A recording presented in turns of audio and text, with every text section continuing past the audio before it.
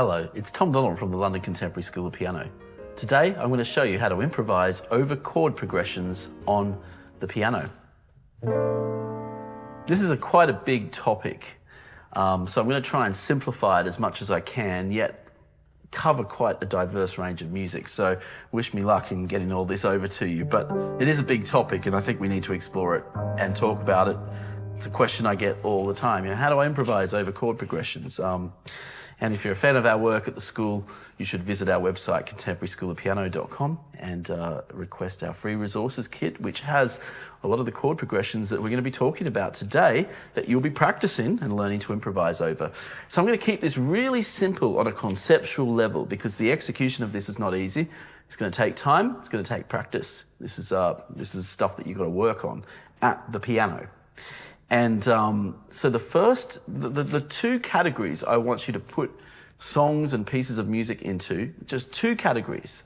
We're going to have two approaches to playing and improvising over chord progressions. The first approach is the umbrella scale. So is it a piece of music where one scale will fit the entire progression? And you can try this out and see if it works. Is there a scale that will fit the entire progression? Is it a diatonic piece or is it a bluesy piece bluesy pieces are quite great because a blues scale will generally fit over the whole thing. Can you get away with just having one scale that will fit the whole purpose of the piece of music? And there's a lot of songs where that will be the case. And that's a really good starting point. So there's that. And then there's the second category of piece where it moves around quite a lot. It's using lots of harmonies outside the scale, and the improvisation needs to be adjusted to suit that movement of chords and changes and key changes and modulations. And if that's taking place, an umbrella scale may not work. It actually still may work. It doesn't have to be a diatonic piece to have an umbrella scale fit it, but it just may not work. It may just be changing too much. We get this a lot in jazz, and we get this a lot even in popular music. And that approach is where we improvise chord by chord. So rather than the umbrella approach, we've got the chord by chord approach. And today we're going to start with the chord by chord approach. We're sort of improvising and feeding off each chord as we go. I'm going to start with a pop music example, and then I'm going to give you a jazz example. So we're going to bounce across a few styles of music here so I can demonstrate this quite thoroughly. So I'm going to start with Elton John, Your Song that needs no introducing. It's got a beautiful chord progression, and we're going to look at ways of improvising it chord by chord. So if we just chord through the progression first.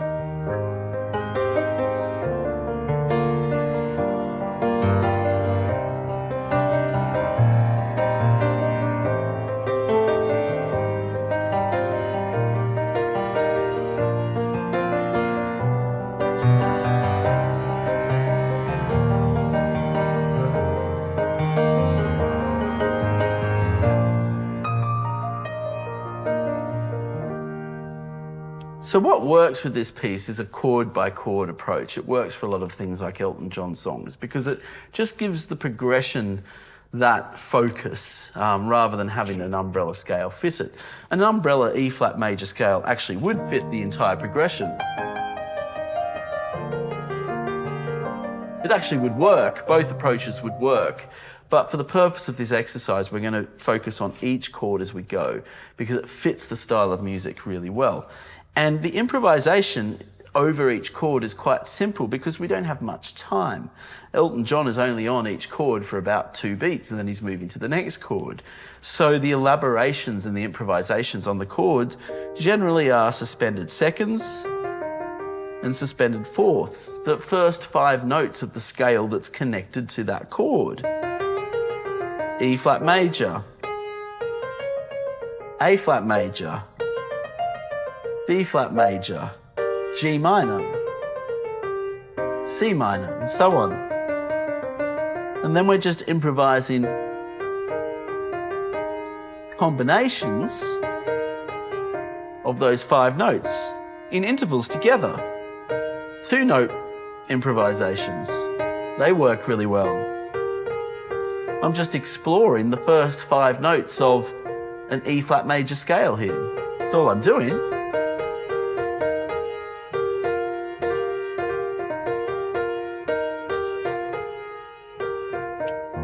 Let's try it.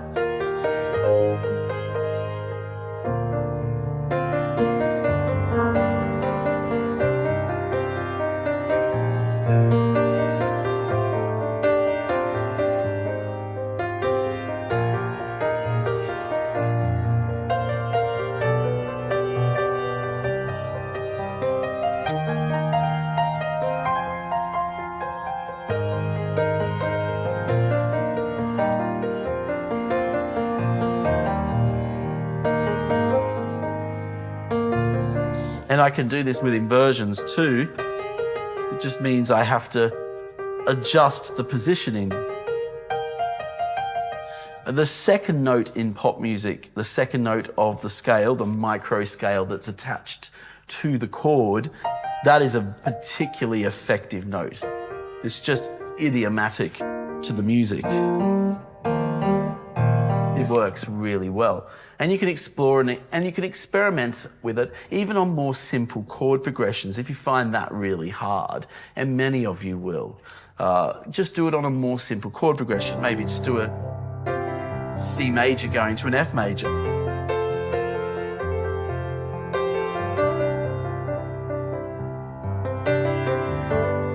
We do a lot of these things in the Complete Musician program because a lot of you just need to get those basics down. So perhaps that might be something that would be a good fit for you, our Complete Musician program. However, let's move on to our next example. This is going to be much harder, much more complex. I'm getting a jazz piece. This is a bit of Disney jazz. I love Disney. I love jazz. So this song is a classic from Snow White. Someday my prince will come, but the Miles Davises of the world and the Bill Evans have played some beautiful versions of this piece. I love the melody and the chord progression for this. Let me just play some of it for you. And you will need to visit our website and get our resources kit to get access to these chords.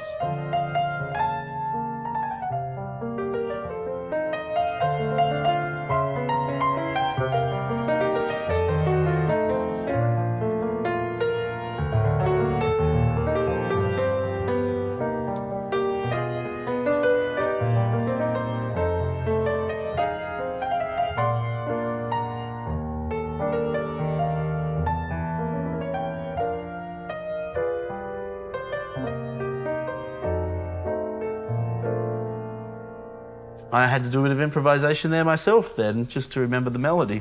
So, improvising on this chord pattern. Let's, again, this piece of music, it would be probably a good one to live chord by chord with this one, rather than use an umbrella chord progression. Now, I could use an umbrella scale, I should say, not chord progression.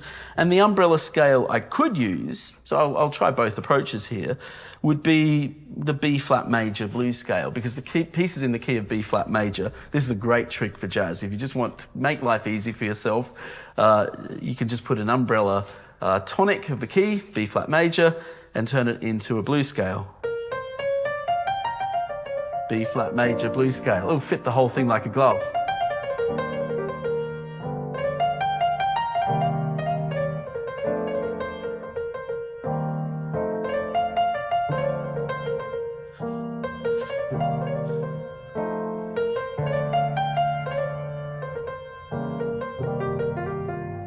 Oh, it works quite well. But after a while, that might become a little bit predictable.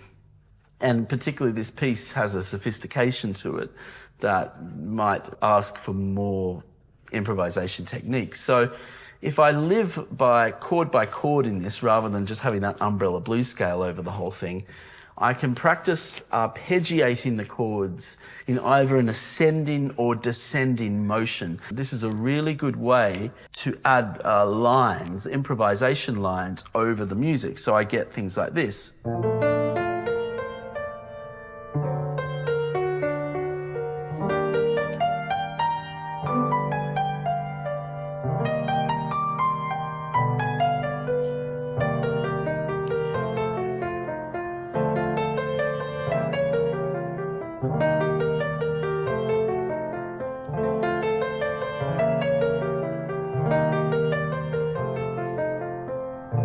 It's not easy, so you're going to have to practice this slowly.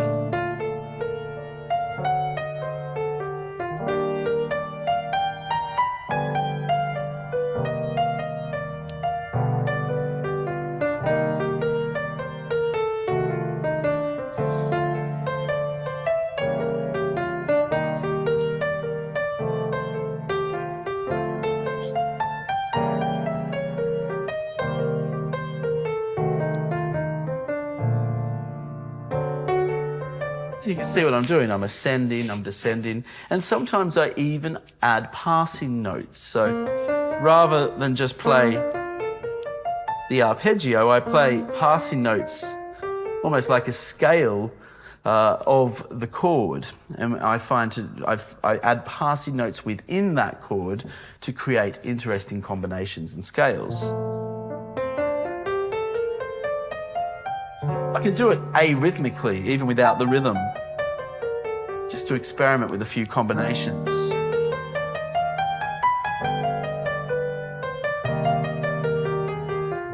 A lot of this is using your ear a little bit to see what works the best. And I don't have to start on the root note of the chord, because that starts to get a bit boring. If I just start with the chord, like that, I can start, maybe in the middle of the chord.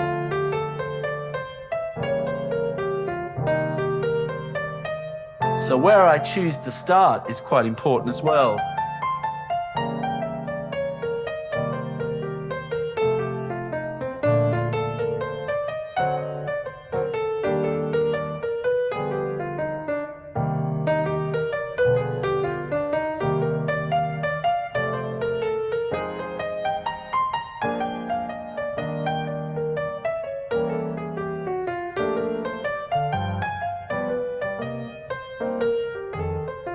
And I don't have to play notes all the time when I'm improvising as well. I can leave space, and that's a really powerful tool because it sounds more interesting to leave space. It starts to get a little bit like you're blabbing on if you're just always playing notes when you're improvising. So now I add a bit of space to give it some magic and to give myself some space, some time to think.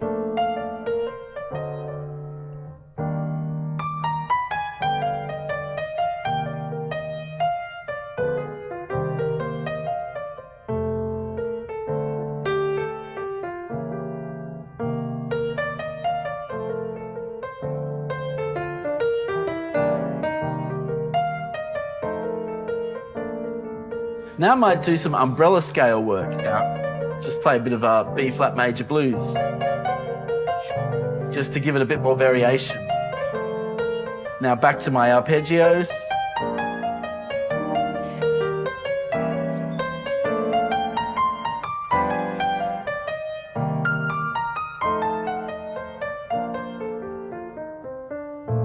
These are not easy concepts, by the way, but it's these two approaches I'm really trying to get you involved with. Are we using an umbrella scale? Are we living chord by chord? Chord by chord or umbrella?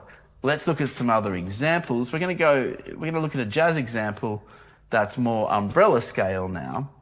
This is more of a gospel-like progression, and it's a piece I absolutely adore. Hymn to Freedom by Oscar Peterson. We're going to play it in F major rather than his original key of B flat major, just because I'm going to be nice to you now because I know we're doing some difficult things. And by the way, if you are finding this all too difficult, and you're getting frustrated with that, you need to go back to some of the basics. Like if you're still just struggling to know what notes are in a D minor 7 chord or a G minor 7 chord, this is not the video for you. If you go, hey Tom, you're going too fast. Well, if you don't know the notes in a D minor 7 chord, you need to look at our resources that study your majors and your minor 7 chords. You need to know those sort of things to get onto these sort of exercises. So those foundations really, really matter. And just be easy on yourself. Take your time. You're not running a race against anyone. Just yourself. And so an exercise like this might be useful because it's got some beautiful chords. But I actually prefer this one with an umbrella scale. In some songs, if you're just going chord by chord, it can sound a little bit too, almost a bit predictable. Like here we go, that chord, that chord, that chord. Sometimes an umbrella scale ties it all together. And this Oscar Peterson piece, Hymn to Freedom, is a great example. So I'm just going to play the chords now.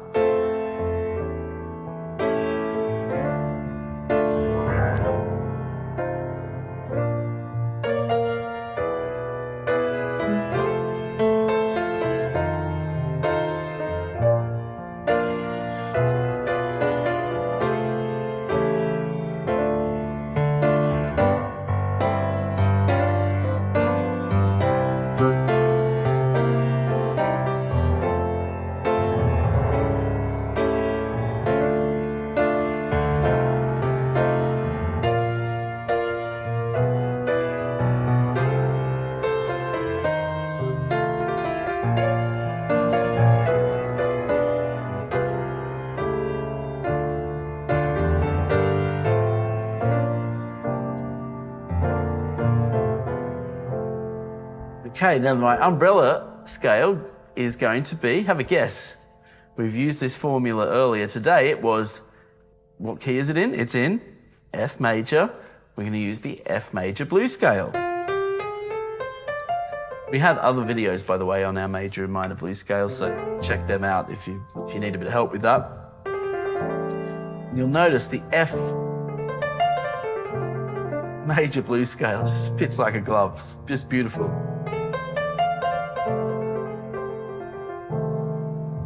Keep it simple too. Don't overdo that right hand.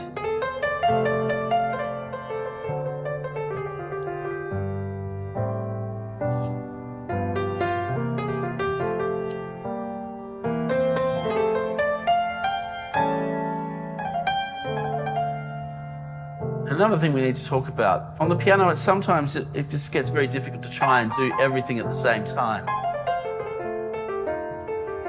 Like improvise and play the chords at the same time. And if that's the case, maybe practice to the record, practice to the recording, and just jam around your umbrella scale or your arpeggiations of the chords with the recording. So it's not so lonely. You've got some context to interact with. And there's a lot of joy that can be had from practicing like that. So yeah, you can use a recording of one of your favorite tracks as a backing track.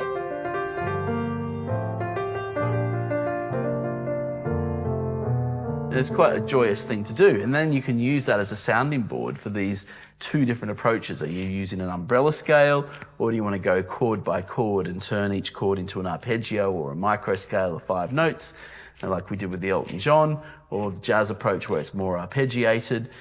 Try for size those different combinations and see what fits with your favorite songs.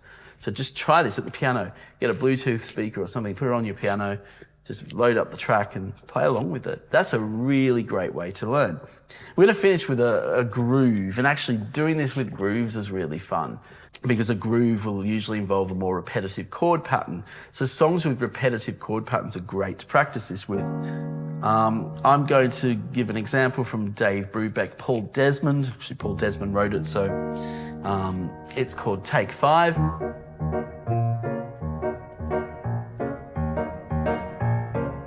And the groove is in E flat minor. And we have 2 chords in that groove. It's E flat minor 7 and B flat minor 7. So we can use an umbrella scale with this, really, because it's just these 2 chords. And we actually have a choice of which umbrella scales to use. So that's quite exciting. So the first choice I'm in a minor key, so a minor blues scale. Definitely work really well. So let's just try that one out. By the way, E flat minor blues scale, easiest scale in the world. It's all the black keys plus an A. You can teach it to a child. All the black keys plus A. That's an E flat minor blues scale. There's a good party trick for you.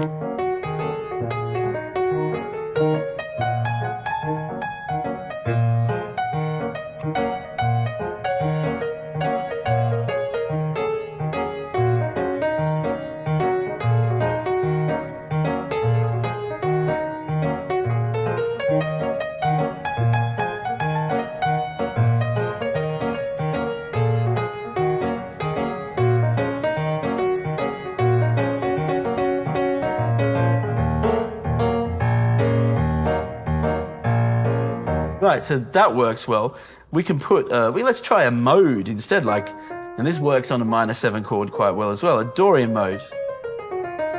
So the E flat Dorian mode, all the black keys plus F and C. Yeah. With the Dorian mode, we get a more sort of melodic sort of sound.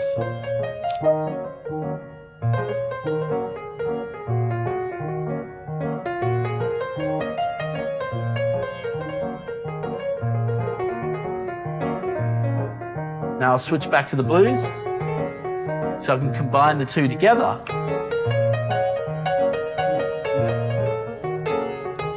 Back to the Dorian mode.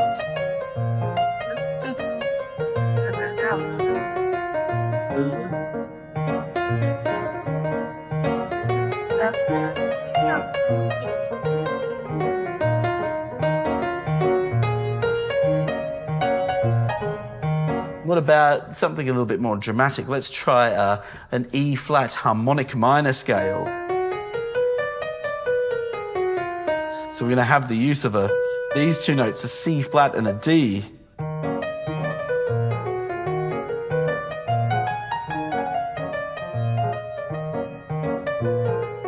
Now go back to the Dorian mode. Now back to the blues.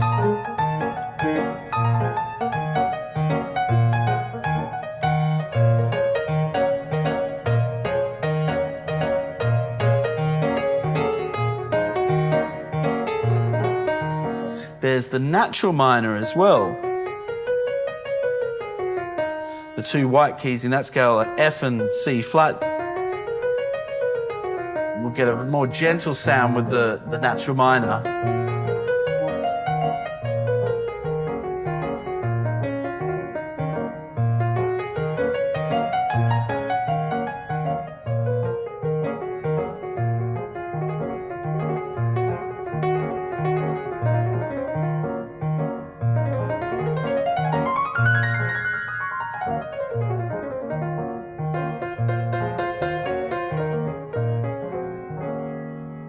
So there's a whole bunch of combinations that fit that minor 7 chord quite well. So you can vary the umbrella scale that you use. It's all about trying these different things out for size. So I hope these techniques have helped you today. We have our supporting resources via our website, contemporaryschoolofpiano.com. Some of these techniques of learning do call for more advanced coaching mechanisms, and sometimes there's only so far you can go online. So we offer 2 options as a school. Firstly, our complete musician program, which is a structured online resource. And so if you are confident with your self-study skills, this is a really, really wonderful resource, and you can learn more about our complete musician program. Many of you already probably know about it, or our Groove program as well, Groove Mastery, very, very useful. But for the one-to-one coaching, we also have a very incredible team that are highly qualified in problem solving and building programs that fit your learning style and your own musical preferences. Very, very uniquely qualified in that field. And we do offer one-to-one coaching as well, though there are more limitations on that. It doesn't matter where you live in the world. With technology, we can run these sessions virtually, and it works extremely well because all the sessions are recorded and logged, and you've got great access to our community. However, we have a fairly small team, so that's for those of you who really looking to revolutionise your playing. That's also an option as well. But the spaces can be limited with that as well. But here in London, we know all the time zones around the world. We have students from over 35 different countries. Yeah, so I hope you enjoyed today. I hope you now just want to sit down and try different songs, try improvising over different progressions, see how you get along. I tried to keep it broad, from jazz to pop.